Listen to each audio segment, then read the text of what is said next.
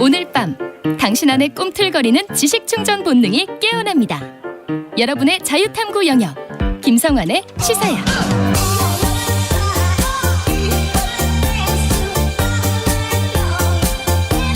한 주간 있었던 정치권 움직임 꼼꼼히 분석해보는 시간입니다. 뉴스의 외전 오늘도 늘 함께해 주시는 두 분 패널 나와 계십니다. 배종찬 인사이트K 연구소장 자리하셨습니다. 안녕하세요. 안녕하십니까. 김민나 시사평론가 모셨습니다. 안녕하세요. 안녕하세요. 네. 민주당 김남국 의원 코인 투자 의혹 이 얘기부터 좀 해야 될 것 같은데요. 네. 이게 처음에는 이게 불법이냐 뭐 이런 반문을 했을 당시까지만 해도 이렇게까지 파문이 커질 줄 몰랐어요. 예. 근데 의혹이 점점점 커지면서 지금 상임위 회의 도중에 뭐 한동훈 법무부 장관 청문회하면서도 뭐 지금 코인을 거래했다 이런 의혹까지 지금 제기가 되고 있는 상황인데요. 이 지금 이번 논란 파문 어떻게 보십니까? 뭐 데이터를 분석하고 또 이제 정치권의 각가지 이제 논란을 보면서 논란이 길어지는 것 자체도 상당히 부담스러워지기도 하지만 민주당 입장에서 보자면 어느 정치 세력이든 간에 또 하나는 뭐냐면 이게 미스터리화 되는 것이 더 안 좋습니다. 왜냐하면 이게 계속 미궁 속으로 빠지거든요. 그러면 지지층마저도 납득 못하는 상황이 되면 우군이 없어져 버리는 거죠. 네. 그러니까 어떤 여론이 있을 때 그 부정적인 여론을 좀 옹호해 줄 수 있는 세력이 이제 지탱을 하려면 분명히 그런 해명할 수 있는 거리를 공유할 수 있어야 되는데 그게 안 만들어지는 거죠. 지금 짧게만 이제 요약을 해서 설명을 드리면 김남국 의원 관련해서는 이게 이제 코인입니다. 계속 이게 이제 코인 리스크가 아니라 코인 리스크가 되는 게 투자 자금의 미스터리예요. 일단은 이게 연결이 돼야 되는데 잘 연결이 되지 않는다. 또 하나가 이 매매 시간의 미스터리.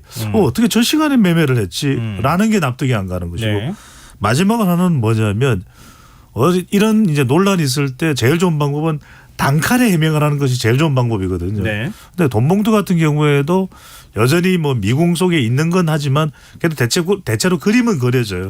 이렇쿵 저렇쿵 이렇게 해서 이럴 거다라는데 이건 의혹 해명 자체가 미스터리입니다. 그러다 보니까 문제는 뭐냐면 더불어민주당 지지층마저도 옹호해 주지 못하는 상황이 되고 있다. 이게 이제 김남국 의원 개인도 그렇지만 당 쪽으로 퍼지는 그 영향이 더 부담스러워지는 거죠. 이번 파장이 여론에 미치는 어떤 영향의 측면에서 좀 더 뭐 방점을 찍어서 설명을 해 주셨는데 김민나 평론가께서는 어떻게 보세요? 김남국 의원은 또 이런 얘기를 해요. 하늘에서 떨어진 돈은 없다. 코인 투자에는 뭐 문제가 없다. 이런 식의 얘기를 하고 있거든요. 누가 코인 투자했다는 그 사실 자체만 가지고 문제 삼는 건 아니잖아요. 지금. 하늘에서 떨어진 돈은 없다는 얘기는 이 자금 출처가 소명이 된다 이 뜻인데 하늘에서 떨어진 돈은 없는데 하늘에서 떨어진 코인은 지금 있는 걸로 확인이 되지 않았습니까? 본인이 당에다가 그렇게 소명을 했다는 거 아니에요. 소위 말하는 그게 이제 코인 용어 같은데 에어드랍으로 받은 게 있다. 그러니까 거래소나 그다음에 이 코인을 마케팅하는 측에서 얼마 정도 이제 지분을 가지고 있거나 이렇게 코인 거래를 많이 했거나 뭐 이런 사람들에게 마케팅용으로 이제 뿌리는 코인이 있는데 그걸 받은 물량이 있다는 거잖아요, 지금. 그러면 그런 내용들은 애초에 해명 그러니까 뭐 예를 들면 전세금 6억 빼서 그걸로 LG 디스플레이 9억 주식을 사고 그 9억 주식으로 코인을 이렇게 몇 개를 사고 그거를 다시 어떻게 했다라는 해명이 이 해명 외의 것들이 또 있다. 그리고 지금 또 이 김남국 의원이 이 자기 소유인 가상화폐 지갑을 또 이 가상화폐 전문가들이 분석을 해서 거기서 지금 정보가 다 나오는 거잖아요. 뭐 몇 시에 거래를 한 것 같다, 뭐 하다 거래를 한 것 같다 이런 것들. 근데 그 지갑 내역을 또 분석을 한 걸 보면 김남국 의원 해명 외의 것들이 거기도 다 확인이 되거든요. 이런 걸 보면 해명을 했는데 의혹이 또 제기되고 또 해명을 했는데 추가적인 의혹이 제기되고 이런 상황이어서 그래서 이제 여론에 미치는 어떤 악화 이런 것들이 상당한 것이고 그리고 이게 사건의 실체가 뭔지 또 젊은층 여론이 어떤 영향을 미치는지 이런 것들이 다 지금 민주당에 안 좋은 상황이어서 여러모로 지금 위기다 이렇게 볼 수밖에 없는 거죠. 그래서 김남국 의원이 코인 투자에 뭐 이른바 신인지 모르겠어요. 하여튼 투자를 해서 돈을 많이 번 것 같긴 해요. 근데 처음에는 돈 안 번 것처럼 얘기하다가 나중에 보니까 한 9억에서 10억 벌었다고 얘기하는데 지금 투자 금액으로만 보면 그보다 훨씬 더 많이 번 것 같은 의혹이 지금 제기되고 있는 상황이고 그냥 일반 평범한 뭐 소시민이면 모르겠는데 그게 아니라 국회의원이잖아요. 그렇죠. 네. 법안을 발의했다는 거 아닙니까? 게임산업진흥법. 거기에 가상화폐 정의가 포함이 되면 이른바 플레이투원이라고 하죠. P2E. 그러니까 돈을 버는 게임에서 가상화폐가 거래되도록 하는 길을 틔워주는 역할을 하는데 그 11명 발의한 의원 가운데 한 명이었다. 근데 그 시점에 가상화폐를 마침 또 그런 화폐를 갖고 있었다. 이렇게 의혹이 제기가 되고. 그리고 그러니까 이게 의혹이 그러니까 어떤 여론에 미치는 영향이 제가 그냥 단순하게 정리하면 크게 세 축인 것 같아요. 네. 첫 번째는 국회의원이 코인 투자를 자기가 일하면서 그렇게 시시각각 하고 있는 게 맞냐. 그리고 도덕성에 뭐 윤리성에 관한 문제와 좀 더 그렇죠. 가까운 문제일 것 그리고 같고요. 재산 신고라든가 이런 걸 그렇게 허술하게 한 게 맞냐. 그러니까 국회의원의 직무를 가지고 코인 투자를 하고 재산 신고 제대로 안 하고 자기 일 열심히 하지 않은 이런 상황들 이 적절하냐는 이 의문이 하나의 축이고 또 하나의 축은 이게 어떤 형사 사건하고 연관되어 있냐. 사건의 실체가 뭐냐. 이 부분이 있는 것 같아요. 그래서 첫 번째로 네. 예를 들면은 애초에 이제 뭐 제기된 어떤 음모론적인 그런 것들은 민주당이 무슨 뭐 대선 자금을 세탁한 거 아니냐. 네. 이 의혹이 있었고 네. 그다음에 최근에 얘기가 나오는 거는 게임 업체로부터 일종의 로비를 받은 거 아니냐. 그러니까 이 위믹스 코인이라는 게 애초에 시장에 공시된 것보다 훨씬 더 많은 물량을 지금 발행을 했다는 거고 네. 그 발행한 물량이 어떻게 된 거냐에 대해서는 이미 논란이 있었거든요. 그 논란이 있었는데 이런 얘기가 터지다 보니까 그리고 말씀하신 P2E와 관련돼서 오늘도 언론 보도를 보면은 애초에 이제 이재명 후보 캠프 내에서의 전문가들은 그거 허용하는 길로 가면 안 된다라는 게 우리 입장이어야 된다. 네. 이 주장을 했는데 네. 뒤집혔다는 거 아닙니까? 이 입장이 그 사람들 주장에 의하면 네. 그러한 것들이 김남국 의원의 영향이 아니었느냐. 이 형사사건 하나의 축이 있고 네. 마지막 세 번째 축이 20대들에게 미치는 영향인데 뭐가 있냐면 예를 들면 이준석 전 대표 같은 사람이 코인 투자를 하고 돈을 많이 벌었다. 그러면 20대들이 그거에 대해서는 그렇게 큰 문제의식 느끼지 않아요. 왜냐하면 이게 이준석 전 대표 젊은 사람이고 코인 투자도 우리처럼 열심히 하니까 젊은 사람들의 마음을 알아주는 것 같아. 이런 느낌이었거든요. 지난번에는. 네. 근데 김남국 의원이 이렇게 했다는 얘기가 나오면 어떤 얘기가 되냐면 잊어버렸던 거 다시 생각이 나는 거예요. 네. 그러니까 실제 그렇든 안 그랬든 민주당 정권에서 코인 투자에 호의적이지 않았다라는 기억을 가지고 있습니다. 20대들이. 네. 그러니까 코인 투자하는 거에 대해서 뭐 거래소를 폐쇄해야 된다라든지 이런 것들 네. 과세를 해야 된다든지 이런 것들에 대해서 정책적으로 보면은 당연히 정당한 부분이 있고 그렇게 해야 된다고 저는 생각을 했지만 네. 20대들은 어쨌든 그게 자기 자산의 형성에 방해가 되는 어떤 일이다라고 생각해서 이게 부당하다. 이렇게 해가지고 온라인 여론이 안 좋았었거든요. 네. 근데 민주당이 그렇게 자기가 정권 잡았을 때 하면서 뒤로는 예를 들면 뒤로는 코인을 가지고 큰 이득을 국회의원이 얻고 있었더라라고 하면은 이게 일종의 또 위선이냐. 얘가 이렇게 되는 거예요. 그래서 20대 여론이라는 게 지금 민주당이 했기 때문에 민주당 의원이 했기 때문에 이게 더 안 좋아 보인다라는 현상이 지금 있습니다. 그래서 네. 요 세 가지 축에서 민주당이 지금 상당히 어려운 국면을 이 사건 때문에 맞게 됐다. 이 말씀 드린 겁니다. 근데 이 부분을 좀 먼저 꼭 네. 말씀드려야 될 것 같아요. 이 부분을 잘 이야기를 분석을 안 하는 뭐 다른 우리 방송 외에 이 분석도 있는데 네.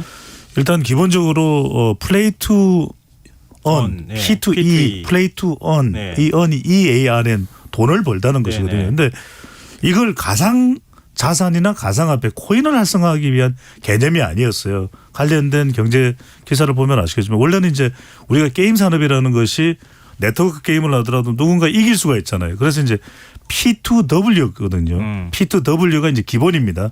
플레이 투 윈 이기는 것에 이제 기본을 뒀는데 그러다 보니까 게임 산업이 잘 활성화가 안 돼요. 중국에서도 이게 판호가 이른바 허가를 받지를 못하는 그런 상황이고 게임 산업이 우리한테는 굉장히 중요합니다. 넷마블도 있고 NC소프트도 있고 카카오 게임도 있고 또 이제 넥슨도 있는데 그래서 이걸 좀 활성화하려면 좀 더 동기부여를 하자. 돈까지 좀 벌 수 있다.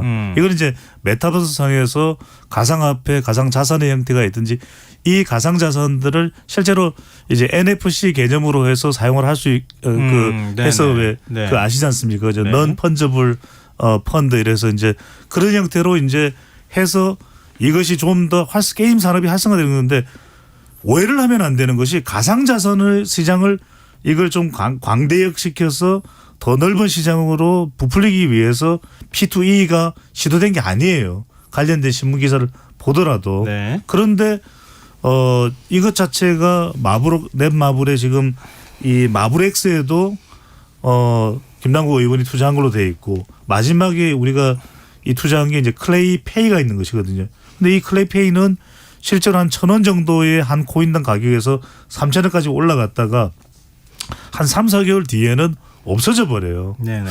그럼 이걸 어떻게 해명을 할까? 그러니까 꼬리에 꼬리를 무는 이 넷마블부터 시작해서 위메이드나 위맥스나 클레이페이까지 연결이 해명이 안 돼요. 이게 너무 전문적인 영역까지 들어가서 조금 네. 헷갈리긴 하는데요.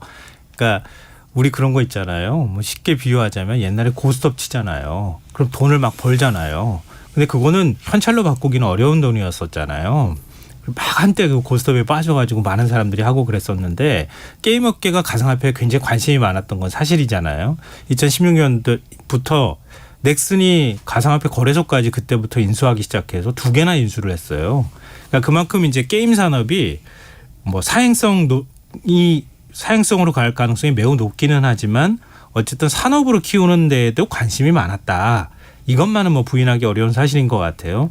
그러다가 입법 로비를 과연 했느냐 안 했느냐 김남국 의원이 그 사이에 과연 거기에 끼어들어가지고 이해충돌 문제에 개입된 적이 있느냐 없느냐 이렇게 좀 단순화해서 보자면 김남국 의원이 가상화폐 투자를 굉장히 많이 한 상황에서 이해충돌 논란이나 의심을 할 만한 충분한 상황이 돼버린 것만은 그렇죠. 부인하기 네. 어려워 보인다. 예.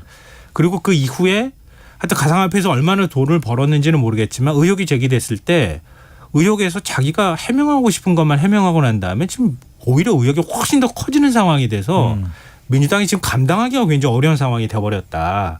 그래서 그 사이에 청년층의 민주당에 대한 호의적인 인식이 지금 점점 사라지고 있는 지지층이 빠지는 상황까지 와버린 거 아니냐.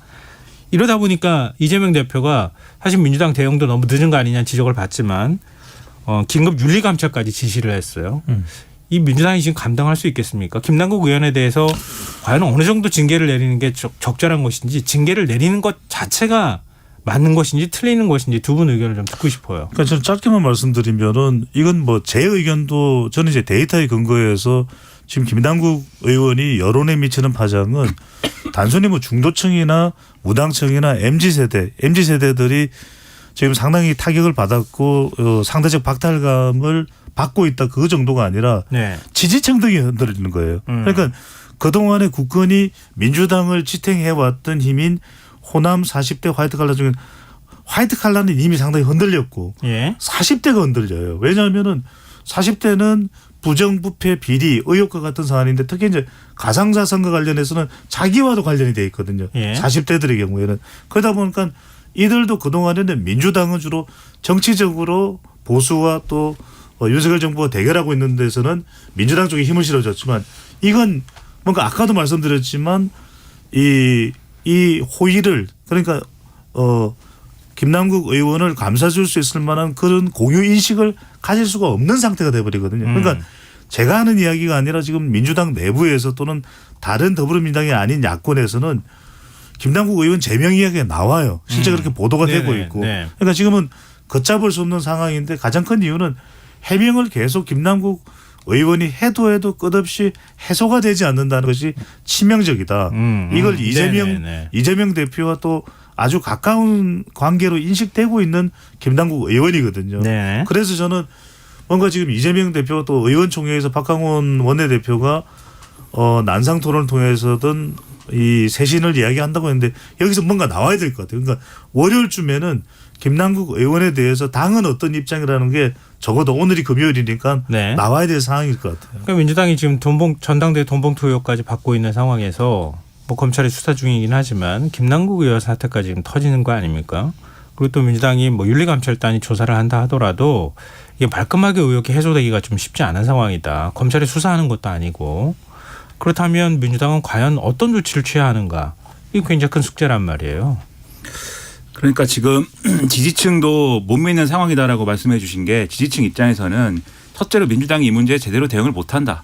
둘째 제대로 대응을 못하기 때문에 아마 선거에서 질 것이다. 여기까지 이제 보는 거예요. 그래서 이거 뭔가 민주당에 경고해야 되는 것이고 민주당에게 뭔가 부정적인 신호를 보내지 않으면 안 된다라는 여론이 지금 있는 것이어서 돈봉투 의혹에 대해서도 제대로 대처를 못했는데 그렇죠. 뭐 하나 제대로 대처하는 게 없지 않습니까? 여기서 대처라는 것은 크게 나누면 두 가지. 첫째는 절차가 있고 두 번째는 정치가 있어요. 그러니까 절차라는 문제에 있어서는 지금 말씀하신 대로 민주당이 할 수 있는 뾰족한 게 없습니다. 네.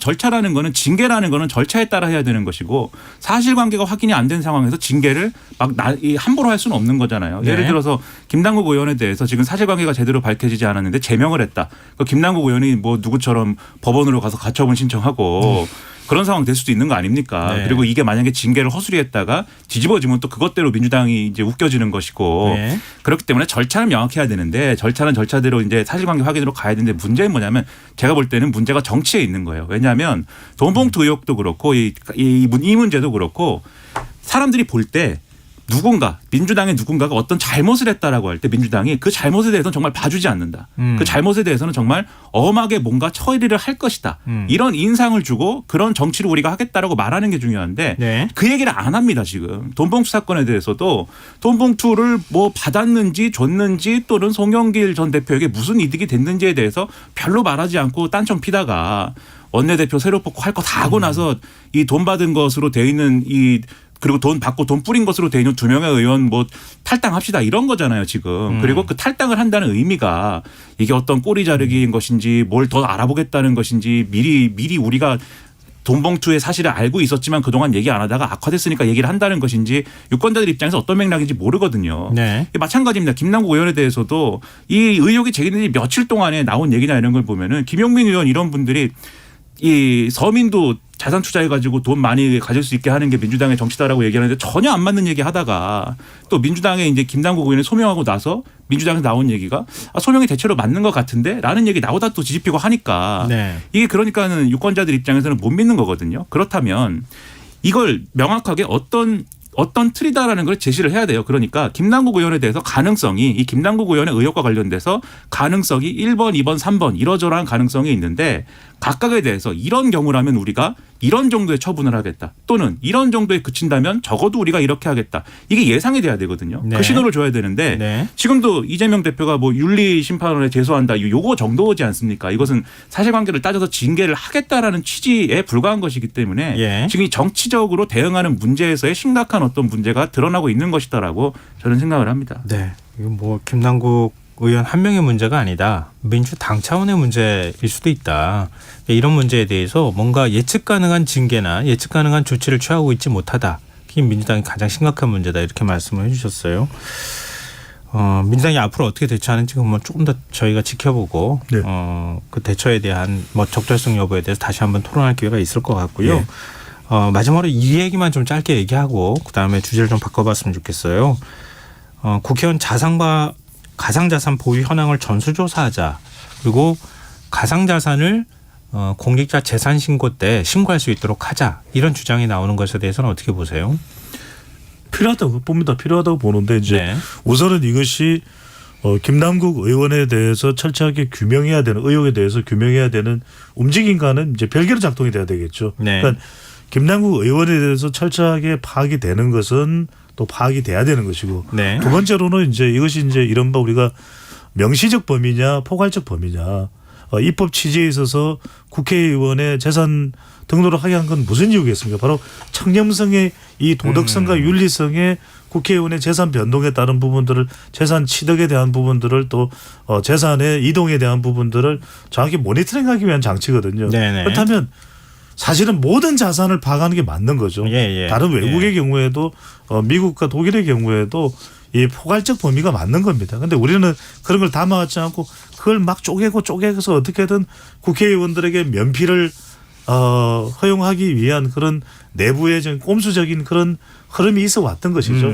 그걸 네. 이번 기회에 완전히 없애고 본인과 본인의 직계가족에 대해서 모든 자산을 공개하는 것은 명명백백하게 필요하고 네. 그다음에 중요한 것은 저는 이런 특히 이제 국회의원의 우리가 뭐 도덕성 윤리성 강조하면서 참 처벌에 대해서는 인색해 왔던 것 같아요. 이 부분도 명확하게 해서 과연 어떤 정도의 수준까지 처벌이 되어야 되는 부분도 같이 논의될 필요는 반드시 있는 것이죠. 네. 저는 정치적 측면이 이것도 중요하다고 생각하는 게 네. 그러니까 바둑이 뭐 바둑을 뭐 잘 못 둡니다만 바둑에서 어떤 똑같은 수를 두더라도 어떤 포석인 상황에서 어떤 수순에서 두느냐에 따라서 완전히 달라지는 거지 않습니까? 이 수의 의미가. 네. 그런 것처럼 예를 들면 이 얘기가 가상자산 다 공개하고 또 이것의 어떤 재산신고 의무화를 또 손을 보자 이런 얘기가 그런 주장을 민주당이 했는데 국민의힘이 받아들이지 않아서 못하겠습니다. 이렇게 되면 국민들은 또 이거 뭐 뻔한 얘기 한다 이렇게 인식할 거거든요. 그게 아니라 제가 볼 때는 민주당 내 더 좋은 미래를 하고 있습니다. 네. 그 단체가 내놓은 해법이 제가 볼 때는 가장 좋아요. 어떤 거냐면 일단 민주당 소속 의원들부터 다 전수조사해가지고 이 뭘 얼마나 갖고 있는지에서 우리가 먼저 공개하자.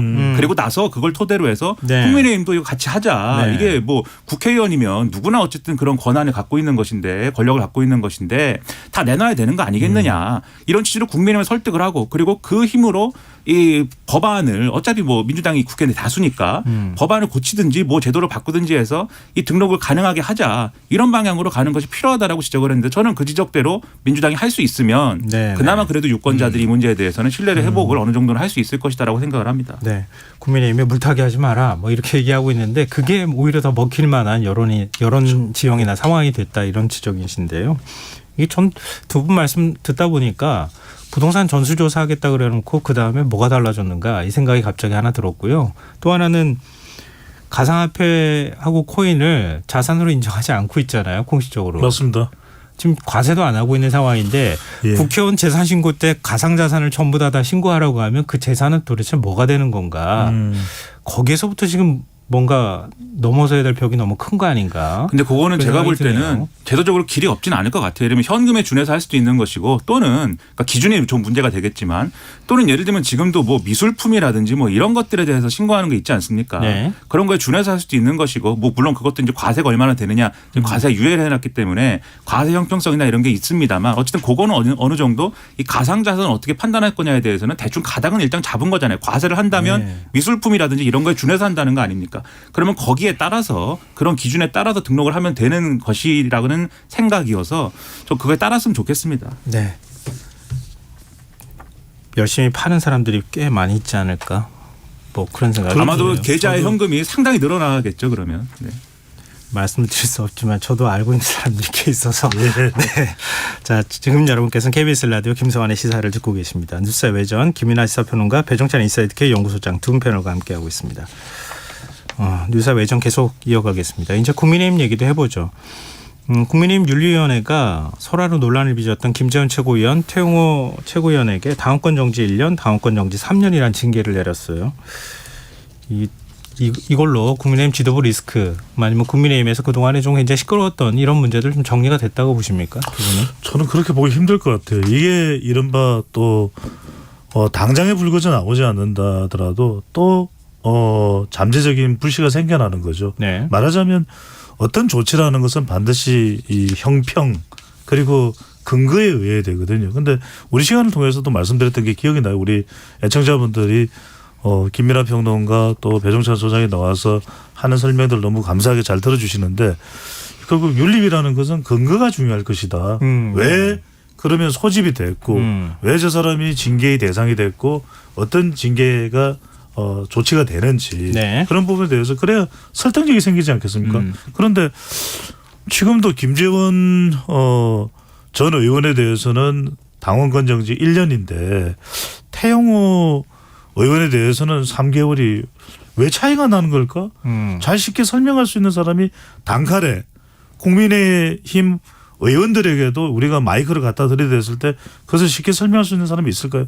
그렇지 않다면 이것은 상당히 이제는 뭐냐면 엇박자가 나는 것이고 납득이 되지 않는 것이거든요. 그러니까 이제 이야기가 계속 이것이 두 사람이 주목을 받았던 것이 뭐 막말 논란이었고 김재원 전 의원은 정광훈 목사와의 또 관계였고 또 태용호 의원의 경우에는 최근에 불거진 이슈들은 사실 김재원 전 의원보다 더 주목을 받았어요. 첫 번째가 이제 4.3 사건, 네. 5.18 또 역사적인 사안에 대한 북한의 지령이었다고 하는 그런 막말 망언 논란이 있었고 또 하나는 이제 바로 이진복 정무수석이 공천을 또 내밀었다. 언급했다라고 하는 그런 물론 이진복 정무수석의 목소리가 들어가 있는 건 아닙니다. 네. 그것과 관련된 그 정황에 대해서 보좌진과 이야기하고 있는 태용호 의원의 목소리가 녹취록으로 노출되기도 했죠. 그러니까 곧이어서는 이제 그것이 밝혀지자 태용호 의원은 선을 그으면서 이진복 정무수석과 그런 이야기를 나눈 바가 없다라고 했는데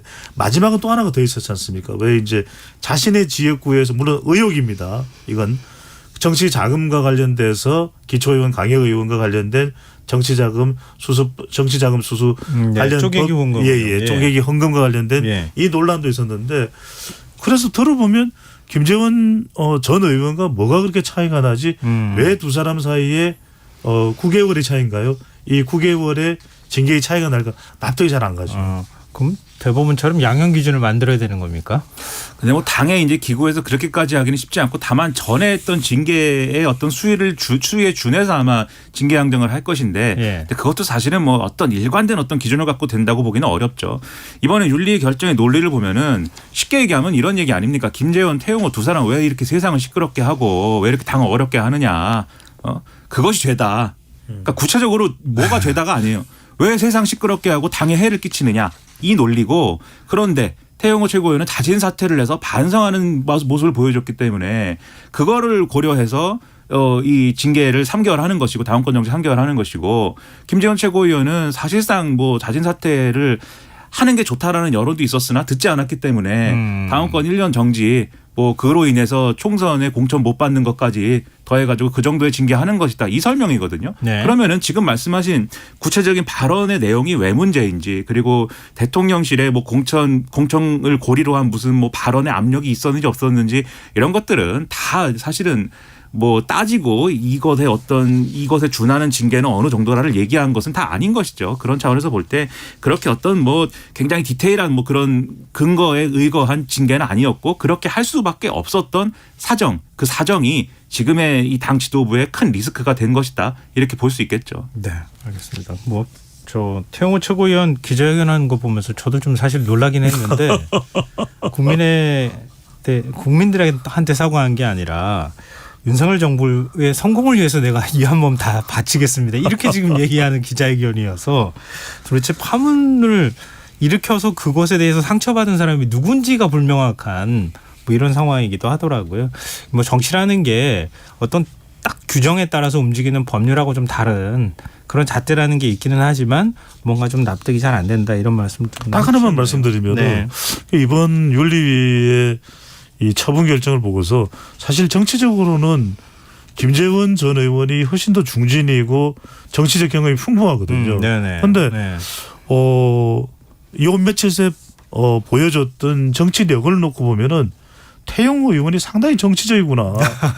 상당히 정치적인 수단이 뿜뿜했구나. 이런 이야기들을 하더라고요. 근데 저는 거기에 조금 더 덧붙이면 태영호 의원은 그럼에도 불구하고 공천과 관련돼서 이 징계를 안 받은 건 아니기 때문에 징계받은 이력이 어느 정도 작용을 할 겁니다. 그래서 공천에 불리하게 작용을 할 건데 그걸 뚫고 나갈 수 있느냐 그거에 대한 어떤 자기 확신이 있어야 될 것이고 김재원 최고위원 아마도 이건 저 혼자만의 생각인데 무소속 출마하겠죠. 공천 못 받으면.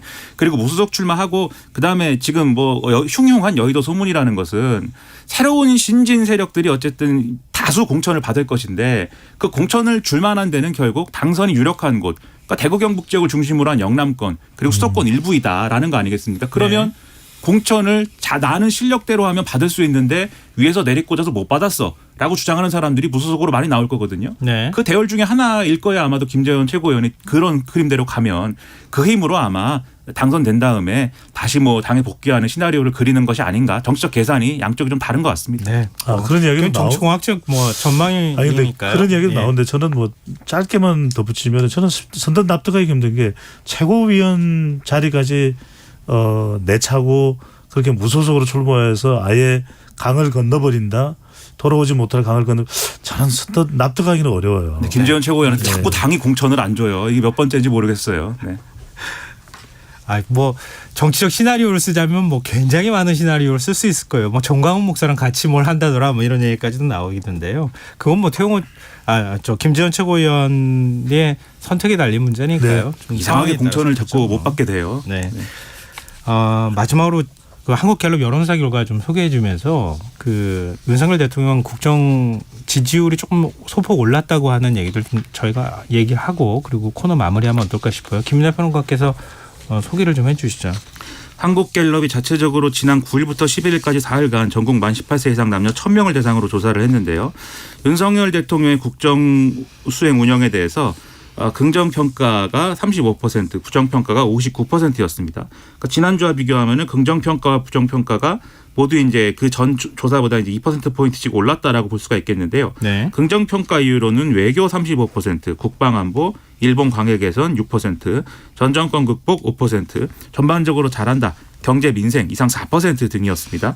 부정평가 이유로는 외교 32%, 경제 민생 물가 12%, 일본 관계 강제동원 배상 문제 7%, 독단적 일방적 소통 미흡 6%, 전반적으로 잘못한다 5% 등이었고요.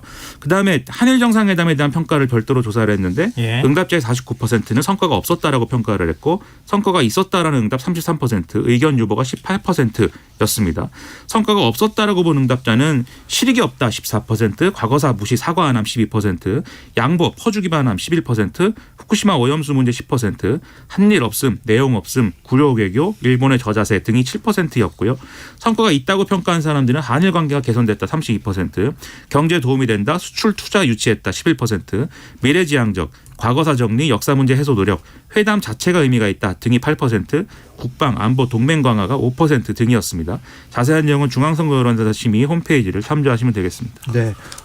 지금 두 분이 한 번 정도씩 말씀하실 네네. 시간이 있는 것 같아요. 그러니까 지금 이 지지율 조사 나온 거 그 내용 분석해 주시는 것과 함께 예. 앞으로 조금 더 지지율이 회복될 가능성이 있는지까지 좀 덧붙여서 말씀해 주시면 좋을 것 같아요.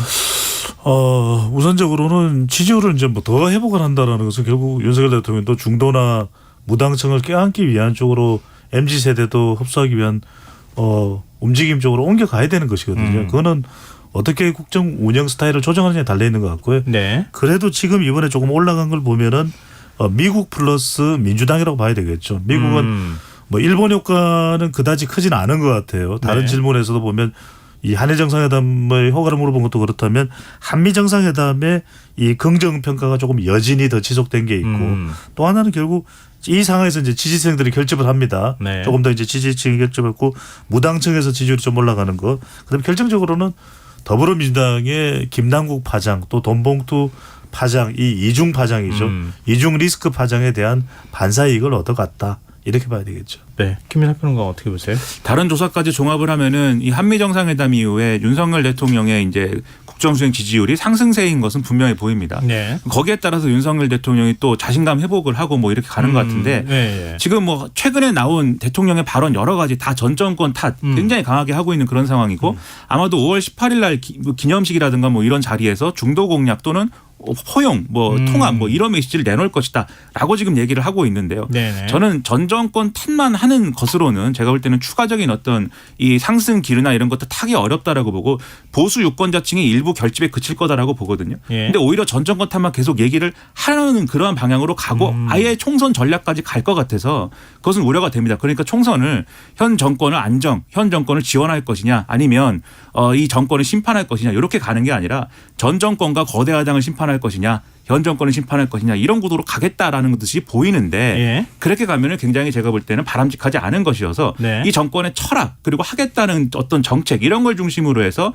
이슈 파이팅 아젠다를 던지고 이걸로 전국을 끌고 가는 것이 훨씬 더 앞으로 지지율 상승에 도움이 될 것이다 이렇게 말씀드립니다. 이 말씀 제가 네네. 마지막으로 좀 이거 굉장히 중요한 얘기를 해주셨는데요. 예. 그러니까 지금 취임 1주년 맞아서 윤석열 대통령이 굉장히 자신감 있는 모습들을 보여줬단 말이에요. 이전하고 좀 더 다른 모습들까지 보여진 느낌이거든요. 사실 많은 분들이 비슷하게 느꼈을 것 같은데 이렇게 국정 운영의 동력을 좀 더 확 붙이는 작업을 하면서 5.18 광주 민주화운동 기념식에 참석해서 작년에도 그랬잖아요. 취임 직후에 바로 참석했을 때 지지율이 확 올라가는 현상이 나타났는데 그렇죠. 거기에서 뭔가 메시지를 던질 가능성 어떻게 보세요? 그렇습니다. 그렇게 하는 것이 맞을 거고 그렇게 또 하리라고 보여지고 그게 그렇게 해야 또 이제 지지율을 오르고 저는 이제 최근에 윤석열 대통령의 자신감은 좀 외교 쪽이라고 봐요. 미국하고. 근데 그래서 이제 그 여지를 살려나가는 게 이제 이번에 그 히로시마 G7 정상회의 이후에 한미일이 이제 함께하는 이 한미일 정상회담에서 조금 더 윤석열 대통령은 지지율 반등을 노릴 것이고 여기서 이제 중요한 게 감성적인 부분이 뭐냐. 야구 선수 장훈도 이야기했거든요. 그러니까 기시다 후미오 총리와 히로시마 원폭의 한국인 위령비에 그게 저는 중요한 대목이 될 것 같아요. 이재명 대표를 만나면 화룡 점정이 될 거다라고 저는 생각합니다. 글쎄요. 그거는 좀 봐야 될 것 같은데 지금 두 분 말씀하시는 게 5.18 그리고 만났으면 히로시마 한다. G7 네. 정상회의 그리고 원폭 희생자 위령비 참배 이런 아주 큰 이벤트 같은 이런 것들이 쭉 있으면서 국정 운영에 탄력을 좀 받을 가능성 이걸 좀 주목해 보면 어떨까 지금 싶네요. 대외 전략이기 네. 때문에 대내적으로 방침이 필요하고 이재명 대표를 만나라. 자꾸 꺼리지 마라. 바이러스도 아니지 않습니까 이재명 대표가. 네, 만나는 것은 필요하다. 저는 그렇게 생각합니다. 네, 김이나 평론가 의견으로 받아들이겠습니다. 자, 뉴스의 외정 오늘 여기까지 하겠습니다. 지금까지 배종찬 인사이트 TK 연구소장 김이나 시사평론가 두 분과 함께했습니다. 고맙습니다. 고맙습니다. 감사합니다.